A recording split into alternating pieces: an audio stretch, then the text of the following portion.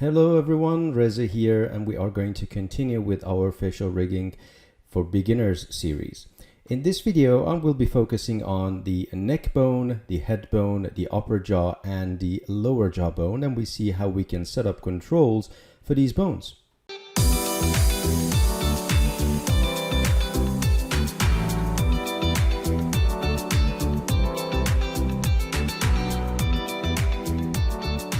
For my control curve solution, I'll be using Perry Layton's Control Creator UI, which is a fantastic tool. I'll put the link in the description below so you all can access and download this plugin and use it for your own projects. So let's get to work. I'm going to start with this single rotate control. Double click on it. I'm going to scale it, rotate it to the right orientation, W, move it up. I think that would be a good position for the control. If you've been following my tutorials, you know that I do three things. I rename the curve every time I create one, CTRL_neck01. I set its pivot, so I'm going to toggle off the visibility of my geometry, holding down D, V, snap it to the neck bone, bring back the geometry, and of course I will freeze transformation on the curves, and this is probably the most important step. Click and freeze transform. I'm going to deselect the neck bone, select the control, right click, control vertex, and just orient it slightly so it's much easier to select and there is no inner penetration. I'm going to select the curve and recolor it as well, and that is it for the neck. Now let's focus on the control for the head. I'm going to use probably crown curve, translate it up, and probably increase its size a little. That's better. Now of course I need to move this back and probably rotate a little. I'm gonna look at it from the top view, make sure it's located at the center. I want the color to be yellow, and of course we are going to repeat these three steps. First things first, CTRL_head01, so that's the control for the head, and I'm going to freeze its transformation, and I'm going to set its pivot, toggle the visibility of my geometry. I need to make sure that this has been snapped to the head bone. Fantastic. With that, I'm going to select the head bone, shift select the neck bone, and press the P key. So when I move or rotate the neck, the head control follows. And with that, we're ready to set up the locators for the neck bone and the head bone. And after that, we can focus on the upper jaw and the lower jaw.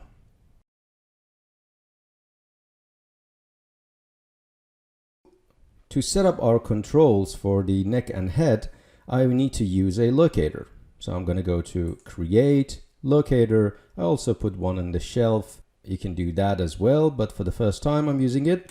I'm going to go to Locator, toggle the visibility off, and I'm going to zoom in.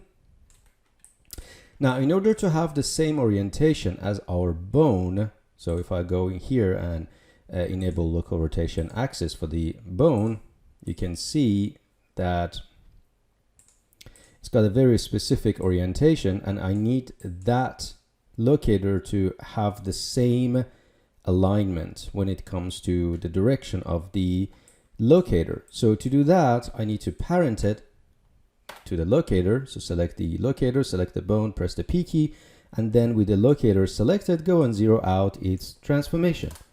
It snaps to the bone with the same orientation, and that's exactly what I want. Now with the locator selected, I'm going to shift P on it because I just want this to not to be under the bone, but rather be part of the controller. Now that looks good. I'm going to select the locator, shift select the control, and make it part of the control. That's great. Now let's set up our constraints. I'm going to select the locator, select the bone, And let's think about what I want to get out of this. Is this just rotation, or will the neck move as well? Well, I know for a fact that for the head is just rotation. Sometimes in stylized characters, you would like to move the neck bone slightly to the left or right. So let's do that as well. If you wish to have only rotation, then orient constraint would be the right choice. For me, because I know I'm going to be using translate and rotate, then the good one for this example would be parent. So I'm going to go to the option box, make sure to reset the tool, maintain offset on, and add. Now if I bring the model back and select the control, I should be able to move it, and I should be able to rotate it. Works beautifully. Now that's done, let's repeat the same trick for the head bone. With this locator selected, or you can create a brand new locator, it doesn't really matter. I'm going to press Ctrl D to duplicate. Make that part of the head bone, so hold down Shift, select the head bone and press the P key. We get the orientation. I'll be zeroing out the orientation, and the locator snaps to the right orientation of the bone. Fantastic. With that, I'm going to do again Shift P, because I don't want the locator to be part of the bone, but rather part of the control. So select the locator, Shift select the control, and press the P key. Now let's take care of the constraints. With the locator selected, I'm going to select the head bone. Now this time there won't be any movement, so we will be using orient constraint. Again, reset its settings. We don't need to turn on maintain offset on this one, so add. Now if I bring the model back, select the controller and rotate it, look at that. It works beautifully. And if I select the neck control, the head control also follows. That's great. With that, let's do some cleanup.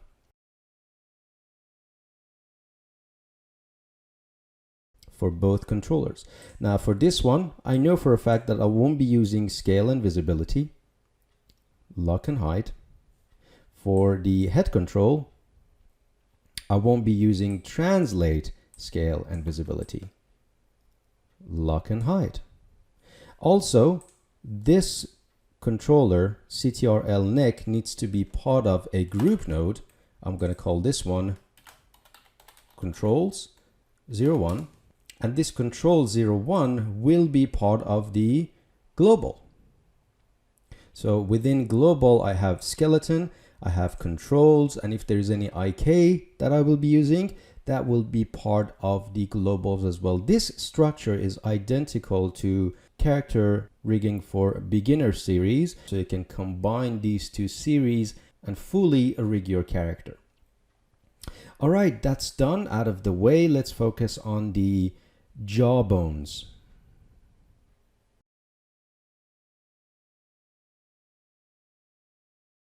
Now I'm going to bring the controller back and let's see what we can do. Now for the lower jaw, I probably use this arrow tool. That's an interesting one. I'm going to move it up, press F to frame, and probably rotate it. So holding down J, rotate it like so, move it out. The pivot point should be at the lower jaw bone, not at this bone, because when you rotate it, you don't rotate it from this bone, you rotate it from the jawbone. So holding down D and V and move the pivot into the right location. Now, as for this, I probably go to control curve and just reposition it just a tad and rescale it a little bit. This is a bit too big. Something like that. Now let's bring this one back, make it yellow, name it CTRL underscore lower jaw 01. And of course I want to make sure that all the translation has been frozen. So freeze transform, and we're good to go to set up this controller. Now, before we move forward, let's do one for the upper jaw as well. You can probably use the same arrow. It really doesn't matter. So I will be moving this one up and out. I'm going to center pivot on this one, so it's much easier to actually work with it while we have it. So I'm going to zoom back, holding down J and just rotate it in Z axis. That's better.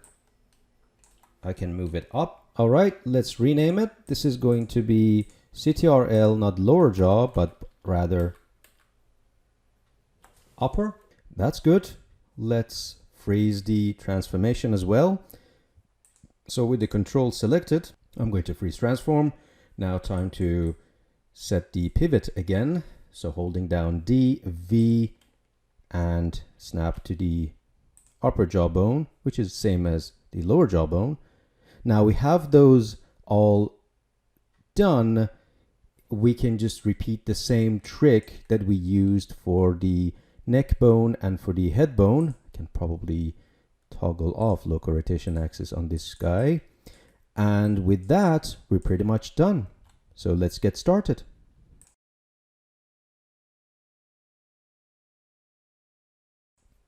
Feel free to repurpose the locators that you've already had. And speaking of which, it's always a good idea to go ahead here and rename them. So this is going to be LOC underscore neck01, so we don't get them confused. The other one is going to be LOC head01. Now I can actually duplicate that, go ahead and parent this to the upper jaw and fix its orientation.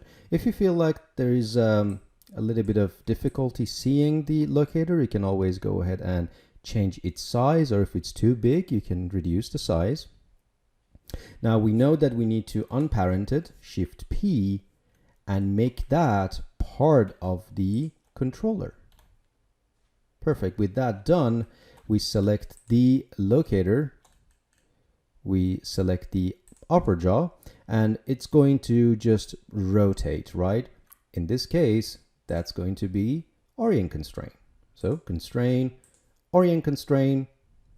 We do the same thing.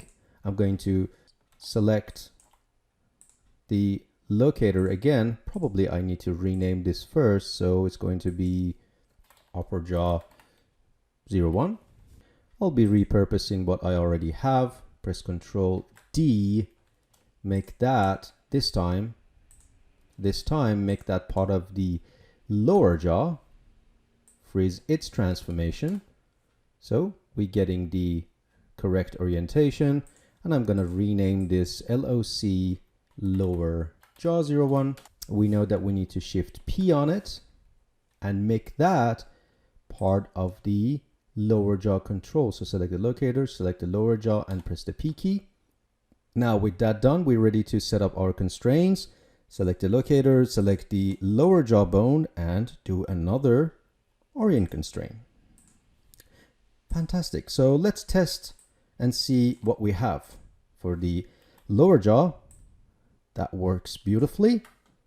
The upper jaw, perfect.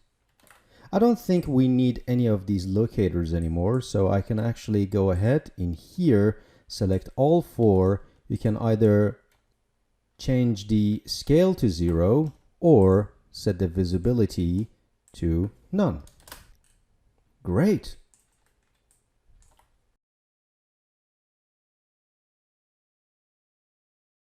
Of course, final cleanup is to get rid of all these redundant channels. So lock and hide, translate scale and visibility on both upper jaw and lower jaw controls. Lock and hide selected. Now just one last thing, you can see these two controls are just hanging around in the outliner. We want to make sure that they're part of the head control. So with the upper jaw control and lower jaw control selected, we shift select the head control and press the P key. So now the outliner is clean, The channels for each control is clean, and we're good to go to move on to the next video when we talk about how to create eye controls and set up the eyes. See you soon.